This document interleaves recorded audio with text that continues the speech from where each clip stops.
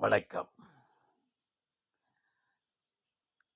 விஞ்ஞான நிலையிலே எத்தனையோ படைப்புகள் இருந்தாலும், அந்த விஞ்ஞான நிலை உள்ள சாதனங்களை இயக்குவதற்கு பிரபஞ்சமும் ஆன்மாவுதான் வேண்டும். எப்படி இருந்தாலும் அதுவாக இயங்காது. அதை தொடக்கி வைப்பதற்கும் முடித்து வைப்பதற்கும் ஆன்மா தொடர் வேண்டும். பிரபஞ்ச ஆற்றல் வேண்டும். விஞ்ஞானம் இருக்கட்டும். ஆனால் விஞ்ஞானம் அதை இயக்குவதற்கு, அதை உற்பத்தி பண்ணுவதற்கும் இயக்குவதற்கும் ஆன்மா இல்லாமல் அது நடப்பதில்லை. விஞ்ஞானம் சகிக்காது.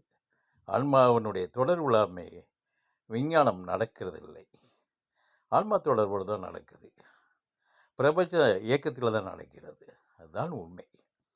ஃபார் எக்ஸாம்பிள், ஒரு ஏசியை வைத்துக்கொள்வோமே. ஏசி எல்லாம் ரெடி, கரண்ட் எல்லாம் ரெடி. ஆனால் ஏசியை நாம் போட வேண்டும், உபயோகப்படுத்த வேண்டும். என்ன பண்ணுவது? அது எல்லாம் ரெடி. அந்த சுவிட்சை நாம் கையினால் ஆப்ரேட் பண்ணும்போது தான் இந்த ஆன்மா, பிரபஞ்சத்தினுடைய தொடர்புள்ள ஆன்மா ஆப்ரேட் பண்ணும்போது தான் ஏசி பயனுக்குள் வருகிறது.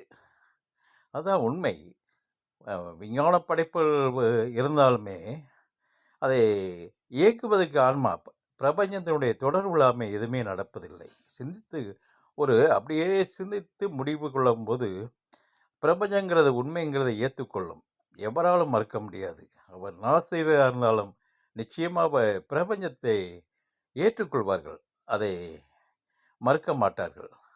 அதுதான் உண்மை. இயற்கையினுடைய நிலை, ஆன்மாக்களுடைய தொடர்பு.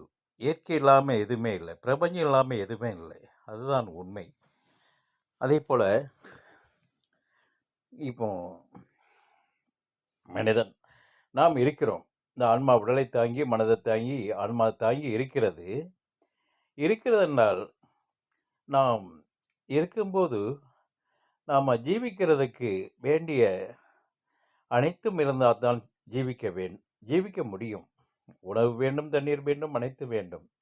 அதே போல் நாம் அந்த ஜீவிப்புக்கு வேண்டிய பிரபஞ்சத்தினுடைய ஆற்றல் வேண்டும். இல்லாட்ட படுத்த படுக்கை விடும், படுக்கையாகிவிடும்.